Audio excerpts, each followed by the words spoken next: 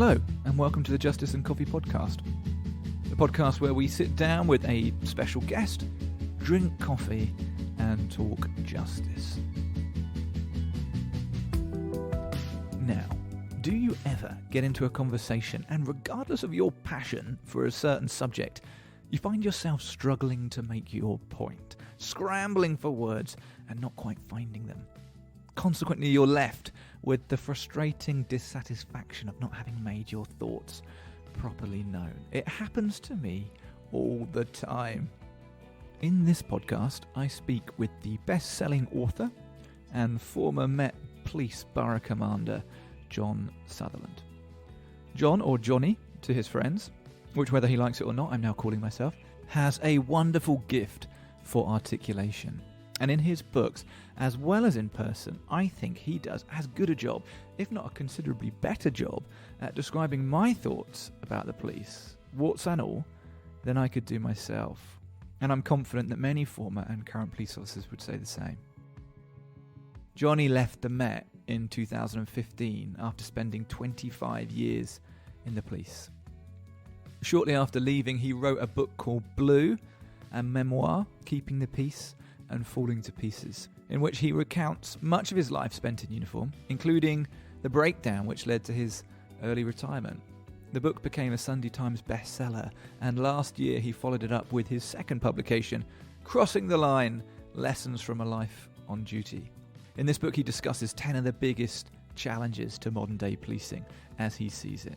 And we're going to be looking at a few of those in this podcast. So I hope you enjoy my chat with Johnny Sutherland. Johnny, welcome to the Justice and Coffee podcast. It's so good to sit down with you virtually and have this conversation. How are you? I'm doing all right, thank you. Just out of the second lockdown, but living life quietly at home. Good. Now, I normally start all podcasts with all guests by asking them about their coffee drinking habits, but I already know, because we went for a coffee, or rather I went for a coffee, and you had a tin of Fanta, that you're not a big coffee man. That's right, isn't it? It is. It's one of my multitude of faults and failings in life. I genuinely wish that I was a coffee drinker. I feel like I'm missing out on something in life, but I've never got the taste for it. So it's, coffee cake and coffee chocolates, and I'm sad to say I don't like any of it.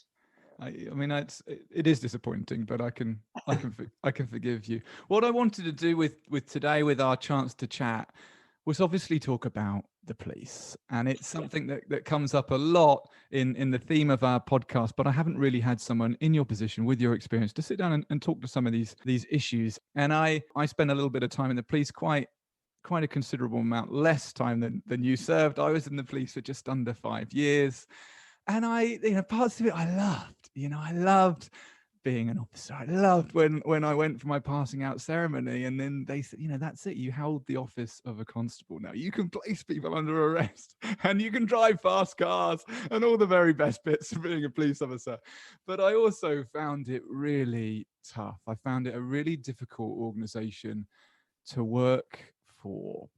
And I was an idealist, I wanted to be there to stand up for people that had nobody to protect them, to look after the vulnerable and hold the bullies of the world to account. And I could do that. And I saw that was what we were there for. But I did feel somewhat frustrated and somewhat strangled in many ways by, lots of things: bureaucracy, austerity, politics, and all those other factors. But you seem to have, you lasted a considerable amount longer than I did, but you also in your books describe policing, I think, with a greater level of love than I ever managed to develop. What was it about the police that you loved so much? Gosh, where to begin? For me, it's a lifelong love affair. I joined at the age of 22. I retired on medical grounds a little bit earlier than planned at the age of 48, and served for more than 25 years. And I often say to people, and I've written often in the past, it was my duty and my joy.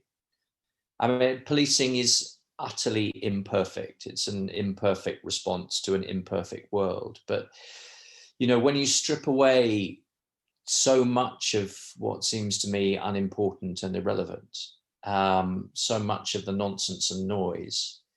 The job of a police officer, and again, I've written about this, it's about as extraordinary as a job could ever be. The job is to save lives and to find the lost and to bind up the broken-boned and broken-hearted and to protect the vulnerable and defend the weak and to step into harm's way in defense of complete strangers, as in the recent agonizing case of Sergeant Matt Ratana in South London. The job sometimes is to pay the greatest price of all. And when I think back over my career about the women and the men that I served alongside, I think the finest of them are the finest of us all. And though I've now left the job, as we all call it, the job will never leave me. I'm still in love with it now. I love that. I love the way you described that. You still speak so incredibly lovingly and respectfully about that institution, which, having worked in the private security industry, which is largely full of ex-police officers, you can become, as a gang, you can start to become very negative and whiny and point out all that's bad about the institution. But you do a good job of still pointing out. Well, again, I often say, and it's so important to point out, I'm not a blind apologist for policing. I'm for all of the genuine love and affection that I express, I'm painfully aware of policing's faults and failings. There are times, there are occasions, there are days on which police officers, both individually and collectively, get things terribly wrong. And because of the role that policing has in society, because of the responsibilities that police officers have, the consequences when they get it wrong are disproportionately damaging. And we shouldn't ever pretend that it's otherwise. We should never, ever, ever shy away from holding policing up to the light, from asking difficult and demanding questions of it, asking uncomfortable questions of it. But I think the thing that sometimes gets missed is that those in society who are often sort of portrayed as critics of policing, and those who are indeed kind of blind critics of policing. I mean, one of the things I often want to say is that if you sincerely want better policing in this country, you will find no greater allies than good police officers, because they want exactly the same. There isn't a single one of them who thinks that policing is fine just as it is, that there's nothing we could improve upon or do better. More so now than ever at the end of a decade of austerity, where the government has done untold harm to all of the frontline public services, not least to policing. It's ever more true. There are a myriad of things that we could and should do better for victims of crime, for vulnerable children and adults, for perpetrators that we deal with. The list goes on and on and on. If you sincerely want better policing, you'll find no greater ally than good police officers. Well said. Johnny, you mentioned Matt Ratana's case at the start there, and in fear of forgetting to come back to it, why don't we address that now, and perhaps you could tell me a little bit about that case. So for those who've never heard of Matt, what happened to him recently? So Matt was in his early 50s. He was a Kiwi, a Maori by birth and heritage, passionate about his rugby, passionate about policing. And he served most of his career in the Met, although he served some of his time actually back in the police service in New Zealand. And I never had the privilege of serving with him, but a number of my really good friends did and know him well. And I haven't seen a photo of him in which he isn't smiling. He's appeared to have been this larger than life character, this great big bear of a man who was loved by everybody who ever came into contact with him.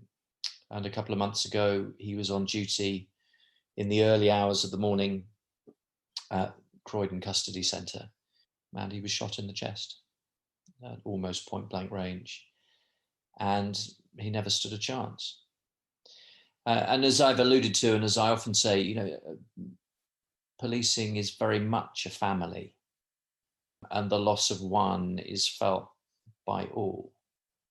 And in any other year, we would have gathered in our thousands, police and public alike, to line the streets and pay our last respects as his funeral cortege went by.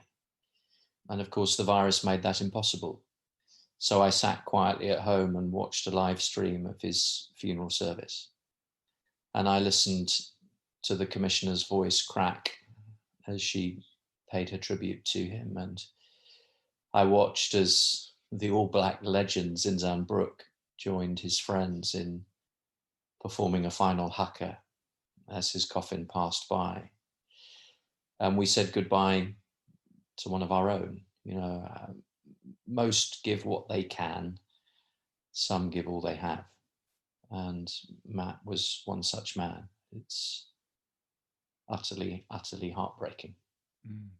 It's a sense of camaraderie I've not found outside of the play. I've not got anywhere near close to experiencing that since leaving the job. And even though I only spent a short period of it, it is in your blood, and you do feel connected to a wider family. And it's not a national thing. I've traveled overseas and worked with guys as soon as they know I'm an ex-copper or whatever. We have a relationship, other police forces around the world, and there is something there, isn't there? And I wonder how young you were when you realized that this was going to be the career for you. I think I was probably in my mid to late teens. And in fact, there was, as I write about in the first book, there was a very specific moment in time where I think the penny dropped. And I was about 16 years old.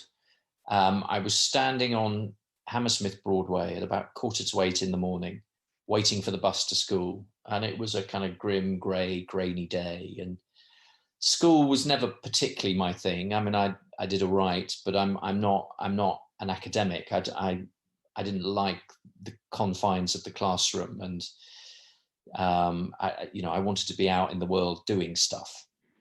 And I remember standing at this bus stop and watching a police officer walk down the other side of the road, doing nothing in particular, paying no attention to me, apparently not paying any attention to anyone. He was literally just walking along the pavement. And knowing what I know now, I suspect that he was cold and bored and tired and hungry. I suspect he was on his way back to the station for his breakfast, having been up since about 4:30 in the morning. There was nothing glamorous about the scene. There was no chase, there was no sirens, there was no nothing. There was just a PC in uniform walking along the pavement. And while I wouldn't want to give it the full kind of Damascus Road experience, absolutely in that moment, something went click inside me. And I thought to myself, that's what I want to do. And really from that moment onwards, I don't think I ever really seriously considered anything else. It was the only application form I ever filled out, the only interview I ever went for, the only job I ever really wanted to do. And, I think if you were to ask me now, if you were to ask most police officers why they joined, they'd tell you really simply that it's because they wanted to help people. And the fact that that's an old, well-worn phrase doesn't make it any less true. As I look back now on my 16-year-old self, I don't know whether my motivations were that noble or that well-rounded. I think I was looking for adventure. And absolutely, I wanted to be a part of something that mattered. And policing is very definitely that. So that was at 16. So how old were you when you joined then? Well, I went to university, but policing was always the plan. So I applied as soon as I finished at Reading, and I joined. It took about a year to get through and in, but I joined in 1992 at the age of 22, and set out on the adventure of a lifetime.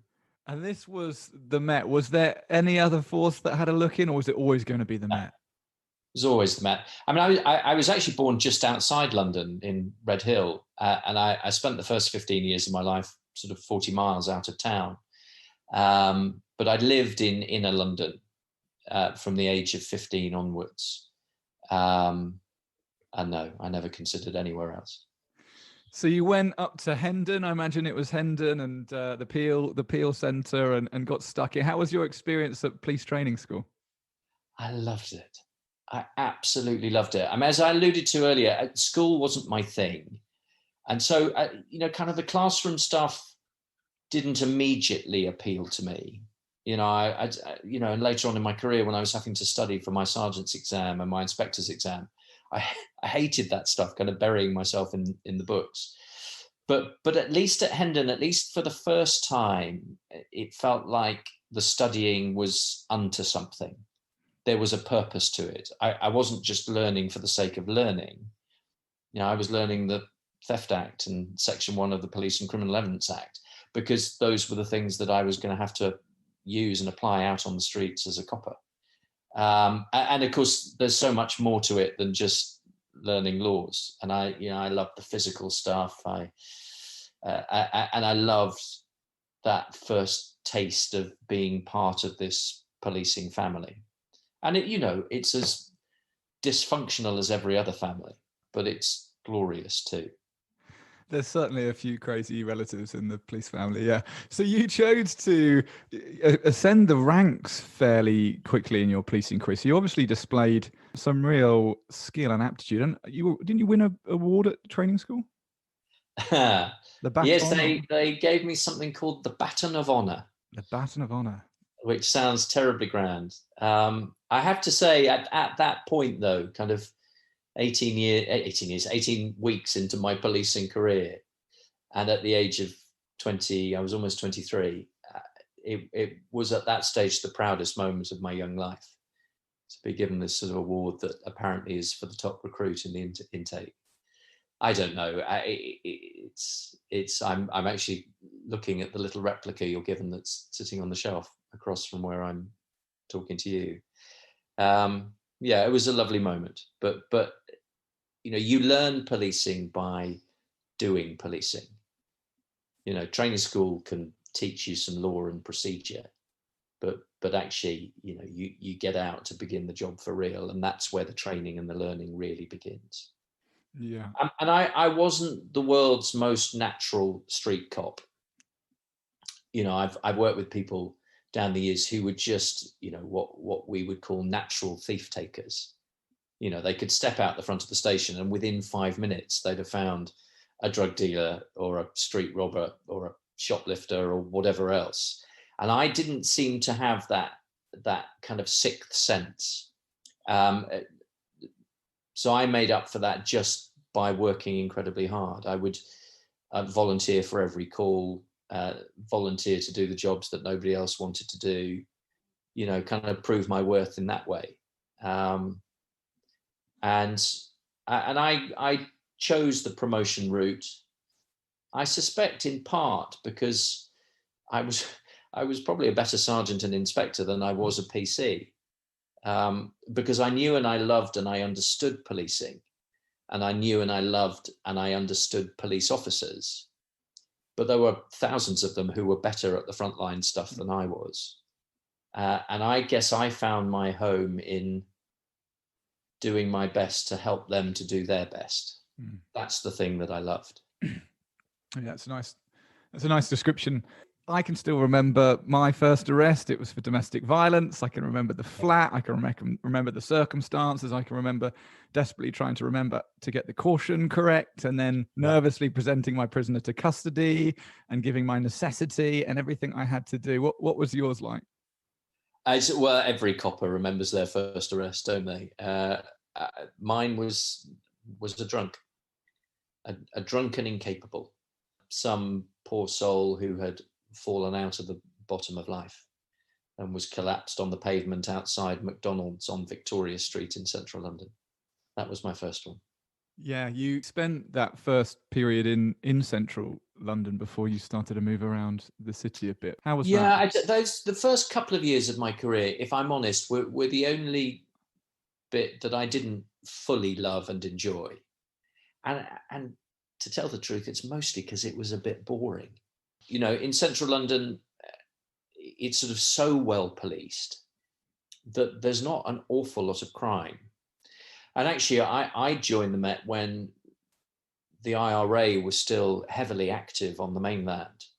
And so actually we ended up spending an awful lot of our time on counterterrorism security patrols, which sound glamorous and aren't, sound important and are, but actually they're incredibly boring because you're given a very limited stretch of road, stretch of pavement, and for hours on end you walk up and down it, and you're there as a visible deterrent, I suppose. And who knows what we prevented just by being there. But actually, day by day, hour by hour, it was incredibly tedious. And so when I got to the end of my probationary period, the end of those first 2 years, I requested a development move to somewhere that was busier, somewhere that might test and stretch me a bit more. And they sent me to Brixton. And in many ways, that's where my policing journey really began. I would say from the day I walked through the front door at Brixton Nick, or the back door, from that day forwards, I pretty much loved every single passing minute of my policing career. And you've done something that's, I think, probably quite unusual, which is to live in an area that you've policed, right? You're a South London man. Yeah, and I still live in Brixton now. Yeah, when I moved to Brixton, I was living in my first flat, which was on the boundary road between Brixton and Clapham. So I walked to work. It took me about 15 minutes to walk to work. And I think in an ideal world, I think every police officer would live in the neighbourhood and the community that they police. It's that old Peelian idea that the police are the public and the public are the police. But the nature of the job and the nature of society are such that it's not always the safest thing to do. I remember very vividly one day, I had this black leather jacket that I'd been saving up for that I was immensely proud of. And I remember one day I'd walked from home to work, and the locker room where you got changed into your uniform was down in the basement of the Nick. I remember opening my locker door, swinging the door open, and I took my jacket off and hung it on the corner of the door. And as I did, I just saw this great big ball of spit running down the back of my jacket. And I suddenly realized, gosh, I was dressed in my own clothes, in plain clothes, but somebody out there knew who I was and what I was. And somebody out there hated me as a consequence. And it was only a ball of spit, but that was unpleasant enough. And so there are, sadly, all sorts of fairly obvious and very good reasons why coppers tend to live a little bit further away. And of course, the reality now in central London, on a PC starting salary, you wouldn't be able to afford a shoebox, never mind a flat. There are all sorts of ways in which the world is changing. Yeah, and Brixton too. I mean, I know it's certainly not free of problems, but Brixton's changed considerably in the last 20 years. Oh, it's been my home for the last 28 years. It's where my wife and I started our married life. It's where we've raised our kids. It's where they went to school, in the local primary school where my wife used to teach. It's home, and it's filled with the most wonderful, beautiful people. Love it. I love Brixton Market. That's my favorite spot when I'm in town. So you chose to pursue a career in the management of policing. You became a sergeant fairly early in your career, and then jumped up to inspector. Why do you think you chose that path? Yeah, I wouldn't want to give the impression that there was in any sense a carefully laid plan. In a sense, I kind of jumped into the boat on the river, and for 25 years I went where the current took me. I mean, I joined the Met on something, on a sort of a graduate entry scheme. At the time, it was called the High Potential Development Scheme. And so there was a career path set out for me up to the rank of inspector. And there was an expectation that I would do it within a certain period of time. So in as much as there was a plan for in the first 7 years of my career, that was it. And I did get promoted quicker than normal. And then in some senses, maybe I got promoted quicker than was good for me. You know, back to what I said earlier, you learn policing by doing it. But I always chose to work in the busy places, always chose to work in the challenging places. And I hope I never shied away from that. But I got to inspector and loved it so much that I didn't really, you know, I was in charge of my own response team in West London. We were masters of our own world.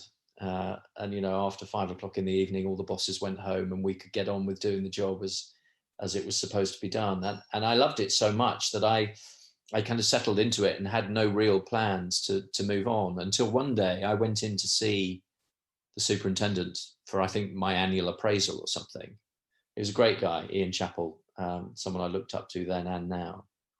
And he basically, in a very friendly way, but he basically ordered me to apply for promotion to chief inspector. As I say, he had a big smile on his face and he was being incredibly encouraging. It was a vote of confidence in me, but he was also fairly unequivocal. And I think if he hadn't given me that kick up the pants, I'm not sure. I mean, I might have got there eventually, but I certainly wouldn't have put the form in that year. But yes, I ended up as a chief inspector, and then it sort of you kind of find yourself on a slight conveyor belt. That, you know, once you get to sort of chief inspector and beyond, you know, 3 or 4 years into the rank, the general expectation is that you go for the next one. But I was never sort of furiously ambitious. It wasn't kind of promotion or bust for me. I wasn't trying to clamber over other people to get there. At each rank, I genuinely loved what I was doing, and I didn't feel in any hurry to move on. Mm. But I got to become a chief superintendent, and I had the privilege of being a borough commander in 2 different places, in Camden in North London and then Southwark in South London.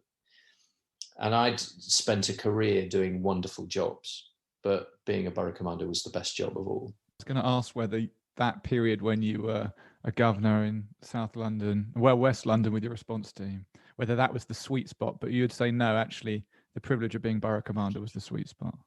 Well, I feel spoiled because they were all sweet spots. You know, I was a response team sergeant at Peckham. And I remember vividly it was either a late turn or a night duty. I think it was a late turn. I remember vividly standing in the corridor at Peckham Police Station, halfway between the control room and the custody suite. And I remember just checking the time on my watch and being disappointed that the time was going too quickly. That's how much I was loving it. So I love that. I loved being a response team inspector.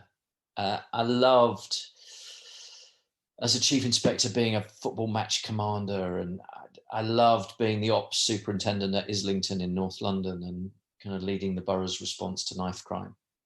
I genuinely loved all of it, but most of all, I loved being a borough commander. One of the specialisms that you chose to pursue during your career was being a hostage negotiator. Why did you choose to do that? Yeah, for most of us, being a negotiator is something that you do alongside the day job. So it's not a full-time role. I remember when I was a team inspector in West London, I ended up having responsibility for an armed siege just off Shepherd's Bush Green. And it was my first exposure to a really big incident like that, where the whole world turned out to deal with it. You know, the firearms teams came, the specialists firearms team came, and a team of hostage negotiators came. And I remember them setting up in the front room of a house in the street where this incident was happening. And I remember them, you know, explaining to me what their capabilities were and what their strategy would be. that they were there to listen, that they were there to try and see this thing through to a safe conclusion, which ultimately is what happened. And I think probably that must have been the moment that the negotiating seed was sown. And it was something I always wanted to do. In the Met, you can't apply to do it until you're an inspector. And in fact, I didn't apply until I was a chief inspector. But it was one of the greatest privileges that I ever had. The full title for the role is Hostage and Crisis Negotiator. And it's important to get that the kind of breadth of the role in, because actually, as a negotiator, you very rarely come across the full-blown Hollywood hostage scenario, kind of the Dog Day Afternoon, bank robbery gone wrong. Those things actually very rarely happen. The vast majority of the time, the vast majority of the occasions on which you're deployed to someone in crisis. You're just deployed to some poor lost soul on a window ledge or the parapet of a bridge or the edge of an icy cold pond. Somebody living through the worst day of their lives. And your job is to try to help them back from the edge. And it's amongst the greatest privileges I've ever had in my life to be able to do that. Is it right that when you used to receive phone calls, the first question they would ask you is, are you ready to save a life? Well, yes, that was the particular approach taken by one of the hostage teams are led by, they're called hostage negotiator coordinators. So they're the team leader. And a call will come into the Met's main control room. And if it looks like negotiators are needed, then the control room will call the coordinator and the coordinator will call us. And Phil Williams, who remains a good friend now, was one of the coordinators. And that's what he used to do when he rang you up to call you out. You'd answer the phone and there'd be no greeting of any description. No, hi, it's Phil, or no, hi, Johnny, how are you? Or anything like that. You'd pick up the phone, you'd say hello, and this voice at the other end would say, are you ready to save a life? And in a way, it was a slight affectation, but actually it had a remarkable way of focusing the mind and actually of, boiling the job of a negotiator down to its basic essentials. Right at the start of our conversation, I talked about, the job of a police officer is to save lives. That's the greatest privilege, the greatest duty that any police officer could ever have. And so to be called up and asked if you're ready to do that, well, it's the greatest privilege of all. Do you have any example that you often reflect on or that stayed with you from your time working as a negotiator? I mean, all sorts of stories for all sorts of reasons. I mean, pretty much every negotiating story is characterized by a degree of sadness, even though the overwhelming majority of them end happily, or end as happily as these things can ever do. Because the very reason that you're there in the first place in these crisis scenarios is because someone's in trouble.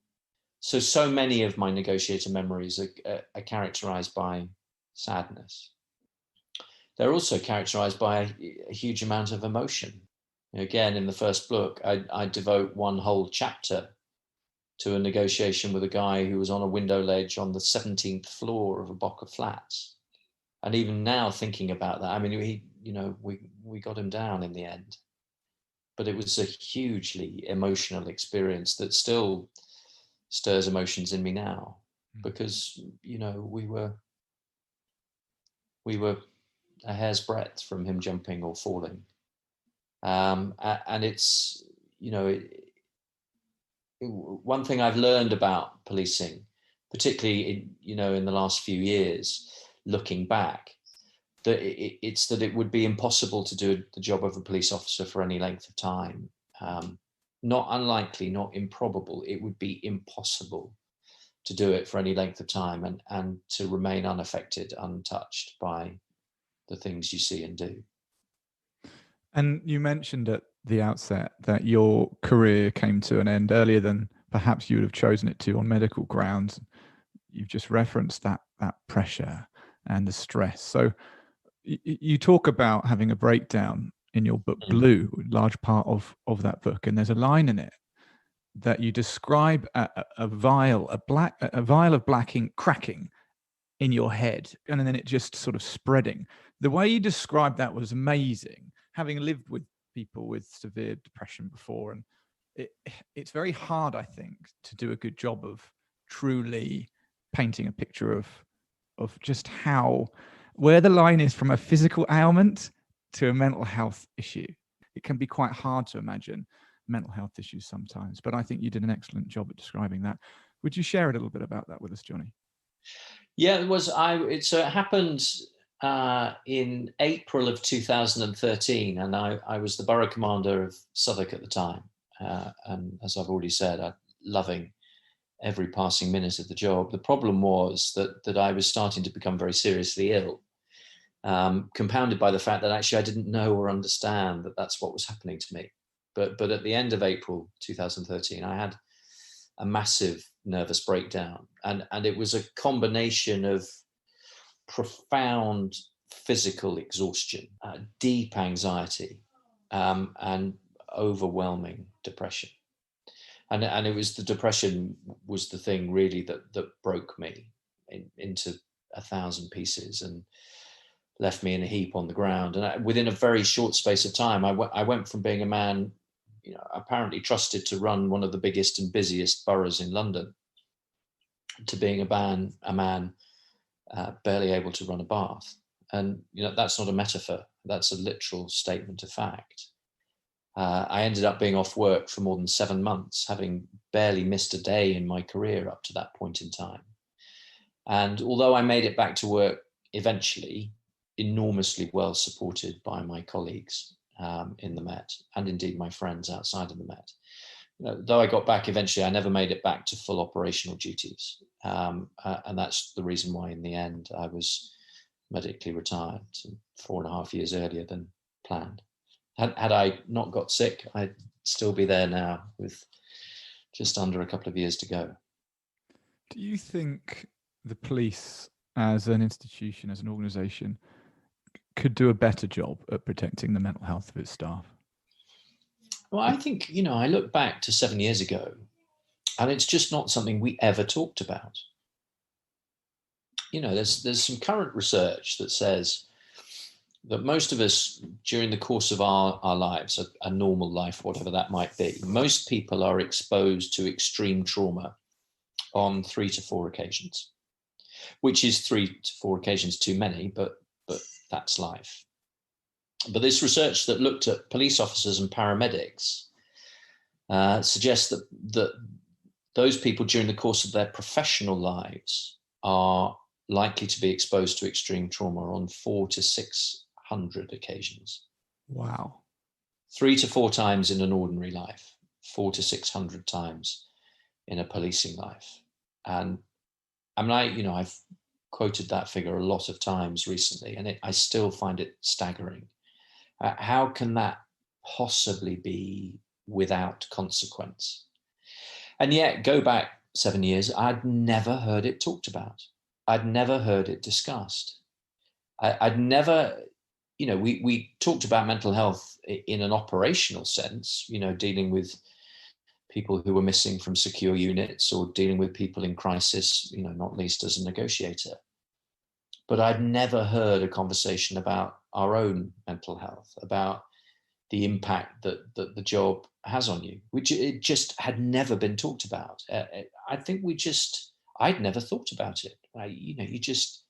You shrug your shoulders and you get on because that's the job and that's what you do. And actually, the challenge that's presented by some of these deeply traumatic situations is actually it's part of the reason that you joined.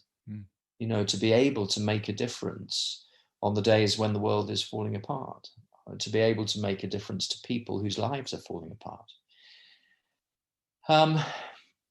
And so I think, as recently as 6 or 7 years ago, I just think policing had never really thought about it or talked about it. Fast forward on 7 years and policing still has a way to go, but it's come a million miles. And I think there is now a much broader, wider recognition of the impact of the job on the people who do it. And I think policing is getting better at looking after its people as a consequence of that. But as I say, there's still a long way to go. Well, I'm encouraged to hear that, because I've been out since 2014 and I didn't know any different when I was out. My very first shift, box fresh police outfit, and was a fatal car collision. Young man went out, had an argument with his partner, had something to drink, was driving home, lost control of it, wrapped it round an oak tree a few hundred yards away from his house. 21, 22 years old. I had to deliver the agony message to his dad, and his dad had another daughter that had died of cerebral palsy, and his wife had left him. The only thing he had left was his son, who's just killed himself in a car accident. The second half of the shift was a woman with a terminal illness at home, and she woke up one night, walked to the toilet, slipped over, banged her head, and died in advance of when was expected of it. That was my first shift. And like you say, 300 or 400 experiences of trauma. That's the life of a police officer. And I think in many ways, people don't imagine that's what the police do. You know, they might see you in uniform driving fast cars. They don't expect you holding the hands of people and explaining to them their loved one has just died. It's an extraordinary emotional weight to go with an everyday job. Put your uniform on, have a cup of tea, get out again, see what happens today. Well, I mean, that's so much of the reason why I write now. It's so much of the reason why from time to time I'll say yes if, someone in the press asks if I'll do an interview. Policing is imperfect, but the vast majority of the people who do the job are extraordinary. And I think most of the rest of us, most of the time, completely take it and completely take them for granted.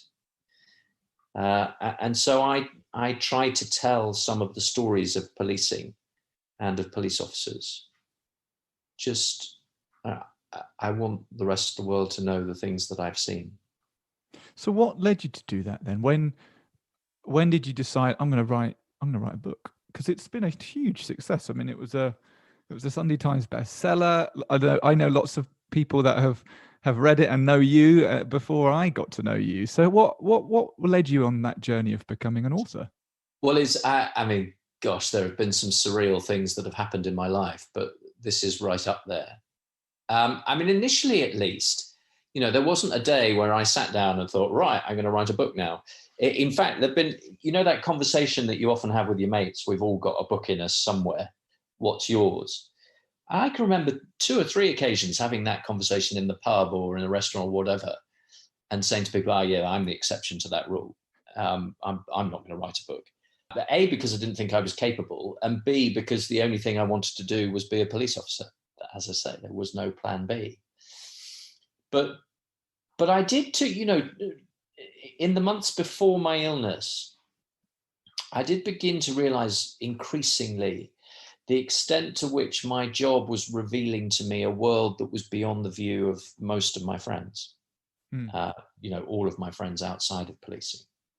And I did find myself wondering whether I had some sort of a responsibility, a duty even, to tell the world beyond policing about the world that policing reveals. And I did ask myself, even before I got ill, maybe I should write a book. I'd have to get a ghostwriter because I haven't got the time to do it. But so there was that little kind of nugget of a kernel of an idea. But then, of course, within actually just a couple of months, I was in a dreadfully bad way, hanging on to the ragged edges. And all of life was up in the air. But what happened was that probably, the first 3 months or so of being off work, maybe a little bit more, were utterly hellish. It was just a question of getting through the days.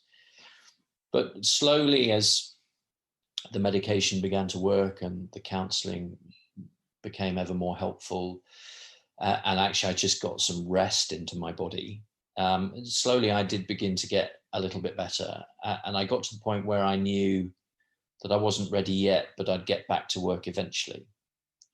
And so I started to work my way towards that. And one of the things that had happened as a consequence of my breakdown was that my brain had basically shut down, to other than just the very basics. But I'd stopped using it and stretching it, and it had fallen half asleep. And so I thought, well, maybe it would be a good idea just to sit down for a few minutes each day and just write some stuff. And to start with, it was actually a very mechanical thing, just write to get my brain going. But what I very quickly discovered, which is what so many people discover, is that writing is enormously cathartic. It is in and of itself a form of therapy. Mm. And as I started to get a little bit better, and as I started to have a little bit more energy, I sat at my kitchen table for longer periods of time and began to write the stories of my policing life. And I did that actually on and off over the course of a couple of years, until it got to the point that maybe there was a book here. And I was incredibly fortunate after a number of false starts to find the perfect agent. And she worked on the book with me to kind of knock it into better shape. And then she found a publisher, and the publishers published it. And the rest is history. The experience with the second book was a little bit different. That time I did sit down and think, okay, I'm going to start writing a book now. But I discovered that I really love writing, and that I really love trying to tell stories. And I'm not the best writer in the world, but I think there are some stories worth telling. Oh, I think you are a jolly good writer, Johnny. And what you do exceptionally well is articulate the views of many, many of us serving our ex-police officers. It's such a difficult thing to be outwardly spoken when you're in the job. Like you said, I think you said at the start, you know, people see the uniform, they don't see the person. Or I certainly read that somewhere in your book. And it's true, right? It's extremely hard and understandable for someone to see you anything other than the police. You know, if they have a bad experience with the police, they don't have a bad experience with a police officer. They have a bad experience with the police, and it's very hard to change that and actually have an attempt at writing about the humanity behind policing. And I think you do that very well. And I feel comfortable promoting your books for people that might have an anti-police attitude. So, well, give this a read, because this does a good job of summing up, certainly in many ways, how I feel about the job. On this latest book, and you write about a number of challenges facing police, and perhaps we could talk about one of those. And it seems timely to talk about issues of knife crime and violence. We mentioned before we started recording about the incident of the George Floyd killing. I don't know how you choose to describe it, in America earlier this year, and the movement and the discourse that has followed that. Would you talk to me a little bit about your experience from the police of navigating this complex and incendiary topic? Gosh, where to begin? Well, so let's begin with George Floyd, because there are some who say this is an American story that has no relevance here, and that just clearly isn't so. You know, it's just apparent that his death, and particularly the manner of his death, you know, carries echoes of the experience of so many Black people in this country, not least their experience of policing. You know, I said earlier on that the greatest privilege, the greatest duty that any police officer could ever have is to save the life of another human being. And the killing of George Floyd, therefore, represents an absolute betrayal of everything that I've ever stood for as a human being, everything I ever believed in as a police officer. And it seems to me that the only possible response to his death is one of righteous anger and a deep cry for real and lasting change. And of course, that's about so much more than just policing. It's about society as a whole. And it's incredibly difficult. And it's incredibly uncomfortable. But the difficulty and the discomfort is as nothing compared with the experience of generations of Black men and women who've grown up in a system that I have increasingly come to see and understand as institutionally racist. You know, Black people in this country have faced, and this, you know, I'm a middle-aged, middle-class white bloke who's also a retired copper, talking incredibly clumsily about these things. It's really important to say that when it comes to Black history and Black experience, I've got nothing to teach and everything to learn. And so when protests gather in the aftermath of George Floyd's killing, my first responsibility is to listen. You know, we live in a world where increasingly yelling at one another with our fingers stuck in our ears is the only form of communication that some of us seem to know. It's the responsibility of all of us, not least of police officers, to stop and listen and to try to understand what's being said. And having tried to understand, then actually commit ourselves to real and lasting change. Because if you listen to what many people in the Black community will say, they'll say, well, the police are racist. They always have been, they always will be. Nothing changed after the Scarman report in the 80s. Nothing changed after the Stephen Lawrence report at the end of the 1990s. Nothing ever changes. Black people are disproportionately stopped and searched by the police. They're disproportionately tasered. They disproportionately end up in prison. And the story of disproportionality extends far beyond policing. You know, Black people in this country are disproportionately more likely to be born into poor neighborhoods and households, to be excluded from education, to be unemployed, to suffer with mental ill health. And, you know, to bring it right up to the realities of 2020, they're disproportionately more likely to die of COVID. You know, these are not opinions, these are facts. And they paint a picture of a form of injustice and inequality that is both societal and generational. And so I'm trying to educate myself, recognizing that it's my responsibility and mine alone to understand the history of racism, to understand the history of slavery, to try to understand the experience of Black people in this country. I suppose where I've got to, my concern is not that the debate about racial injustice in this country has gone too far. It's that it hasn't gone nearly far enough. My fear is that 4 or 5 or 6 months on from the death of George Floyd, already so much of the world is impatient to move on when nothing actually of real substance has changed. There have been marches and there have been demonstrations and there have been statues torn down, and we've seen, to their credit, a lot of leading sports folk taking the knee and, you know, committing themselves to the cause of anti-racism. But actually the fundamental societal systemic stuff hasn't changed. And policing is a part of that. I mean, I think, to be honest, it suits the politicians and many in the press and others in positions of power for the focus to remain on policing, because it means they're under less pressure to get their own houses in order. But I think policing should still be first in line in accepting the responsibility to change. And that's by nature of the role that policing has in society and the powers that police officers have been given.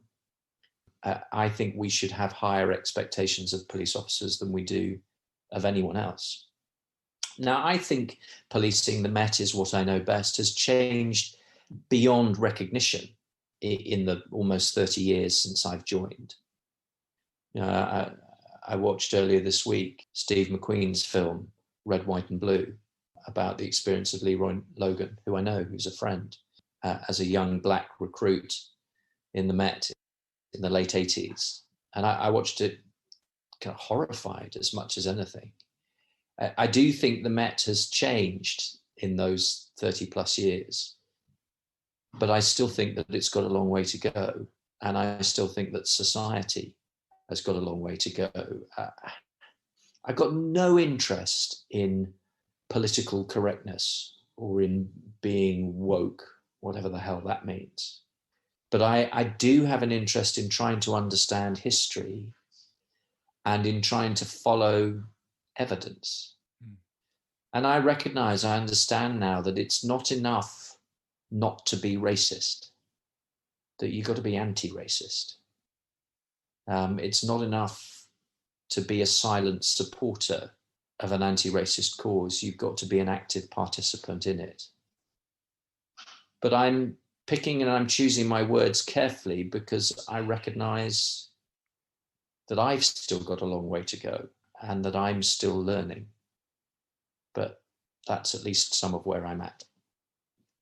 In your conclusion of the second book, you give this example of a boy that commits murder in an instant of knife crime, and how the immediate response typically would be for the press to focus on that. We've got a problem with knives in this area. We've got a problem with violence. The police need to deal with it through an increasing stop and search, whatever. And then you use that C.S. Lewis quote about first things first and not second things first, and getting things in the right order. And you take us back through an example of where that incident might have began. It didn't begin that morning. It didn't begin that week, but actually the steps that took place that led to a position where a 15-year-old boy chooses to carry a knife, chooses to use it. It goes so much further than it being a policing problem with a policing response. And it touches so many other areas of governance, of support, of the way we try and live as best we can in a democratic system. In closing, almost, would you touch on that? Because I think it's a hard thing to talk about superficially, but you're absolutely right to point that out, to make that point that we can often address these issues on a superficial level, and they are far more deep-seated than that. Yeah, gosh. So much of the second book is about trying to understand what the author Michael Marmot would describe as the causes of the causes. And I use the example of Billy Smith, a 17-year-old boy. Now, he's not a real person. He's an archetype, but he's absolutely an accurate representation of so many of the young men I encountered during the course of my career. And I tell the story of Billy being arrested following a fatal stabbing. And I ask where the initial focus will be. What will the media focus on? What questions will be asked on the floor of the House of Commons? And in almost every case, we will focus on the fact that Billy is the member of a gang, that he was involved in dealing drugs, and that he was carrying a knife. And we will define it in its entirety as a crime problem. And we will give it to the police to fix. And so often, so much of the time, we get no further. But if we get no further, we completely and utterly miss the point, and we rule out any chance or any possibility of actually fixing the thing. We would be absolutely right to suggest in the first instance that knife crime and drugs and gangs are a crime problem and a police problem, and absolutely that the police should be first in line to respond to those things. That will always be the case, but it's only the beginning of the story. We have to look deeper. One of the reasons why Billy was out on the streets dealing drugs was because he didn't have a job and he had no prospect of getting a job. Well, that's an economic problem with nothing to do with crime. Looking deeper, though, one of the reasons he didn't have a job is because he spent much of his teenage life excluded from education, and he left school without any qualifications. Well, that's an educational problem.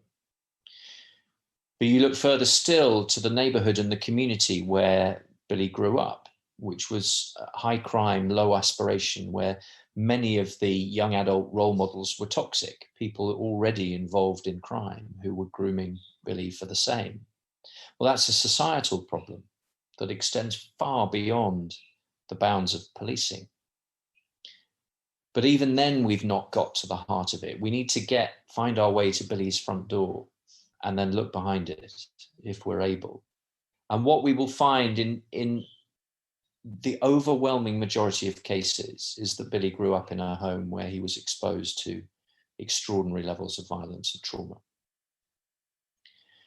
So you begin with what everyone defines as a crime problem to be fixed by the police using an enforcement, and then wonder why 10 years later the problem is still exactly the same. And you have to begin to peel away the layers. Crime is only ever a symptom of something that lies deeper. So you get to the economic problem of unemployment, of generational worklessness. Beneath that, you get to the educational problem of school exclusion and educational underachievement. Peel away that layer and you get to the societal problem about poverty and inequality and injustice within local communities. Peel away that and you get to the problem in the home of violence and trauma that is beyond comprehension. In almost every case I ever dealt with involving a young man who had become involved in serious violence, peel away the layers and you'll find that he grew up in a home where serious violence was an everyday reality. Until we begin to get serious about the causes of the causes, we'll never get anywhere close to finding the solutions. And hearing that, it would be understandable to feel somewhat disillusioned and fatigued at the complexity of these issues. But you're a hopeful man. I know that of you. And I just wonder, in closing, Johnny, what is your hope for the future of policing and the future of some of these complicated societal issues? I think, in the last 12 months particularly, I found that hope has been tested like never before, for all of the reasons that are obvious and familiar to all of us. There is an element of stubbornness to hope. There's an old story told in the good book about Abraham, and there's a line about him that says that he, against hope, believed in hope. And that's kind of where I find myself at the moment. But it's not hope based on some romantic notion of intangible things. It's based on real lived experience. For every Billy who ends up in terrible trouble, there are a dozen others who don't. My hope is found in the stories of boys and young men who turn their lives around. My hope is found in the stories of slaves who are rescued, of women and children who escape abusive relationships, of alcoholics and drug addicts who beat the addiction. My hope is found in the everyday stories of human kindness that have peppered this year, of people loving their neighbors, of looking out for the person who lives across the road, of doing all the stuff that never gets anywhere close to the headlines, but actually defines who we are as people. So my hope is based on people and on their stories, and on the realization that, life's journey doesn't have to end in a prison cell or a morgue, that there's a whole lot more to it than that. Johnny Sutherland, thank you, mate. Thank you for coming on. Thanks for having me. I think Johnny is a remarkably humble and compassionate man. Wouldn't you agree? He seems to have somehow avoided the wary cynicism which so often infects many career bobbies. Quite understandably, when they spend such a large part of their life dealing with the elements of society most of us try best to avoid. As a police officer, you are given an especially unique perspective on life. You will witness in your working day events that few people will ever experience in the entirety of their lives. In his books, Johnny does an exceptional job of sharing that perspective in a way that many police officers would want to, but few could or indeed have. I really recommend them to you. I'm so glad Johnny paid tribute to Sergeant Matt Ratana at the start of this podcast. When we recorded this conversation, I was unaware that I'd actually met Matt. I realised after seeing his photo on the BBC Sports Personality of the Year Awards, where he was posthumously honoured for his work in community rugby. Matt was the sergeant of a response team in Hackney who I went on attachment with prior to transferring to the Met back in 2013. And even though we only spent a couple of days together, I remember him just as Johnny described. He was a big guy. He was a warm guy. He had the respect of his team. And I remember that he offered to put me up at his house whilst I was on attachment, which I thought was incredibly kind. I am sorry to anyone who has been dealt with badly by the police. I have myself in some countries. I've even been mugged with the help of the police in one particular part of the world. I will never know what it's like to be routinely and unjustly stopped and searched on the basis of my race. So I can't begin to imagine the hurt that this injustice could create. I do, however, find it hard to offer a perspective that isn't biased in defence of the police. I have to confess I often feel quite upset over the growing animosity there seems to be in society towards our police officers. It just seems to be an increasingly impossible job to hold. I fear that society's default response to the police is becoming one of opposition, to think the worst first, before any evidence comes to light, which is a really sad state of affairs. Our police force is far from perfect. There is just cause for reform. In fact, I think the police, like most public institutions, should remain in a constant state of reformation where faults and failings and inadequacies are identified and remedied. But I would love to see a paradigm shift whereby there is a greater deal of community ownership over the police. And with it, more grace, more understanding, more empathy towards the people that wear this uniform. Let's not wait for a police officer to be murdered before we thank them for their duty. Thank you, as ever, for listening to the podcast and your continued support for Blue Bear Coffee Co., the producer of this show. We've just released our first blend of coffees from Brazil, Colombia, and the DRC. We've called it Freedom Coffee. Give it a try. Find it at bluebearcoffee.com. I really look forward to speaking to you soon. Peace.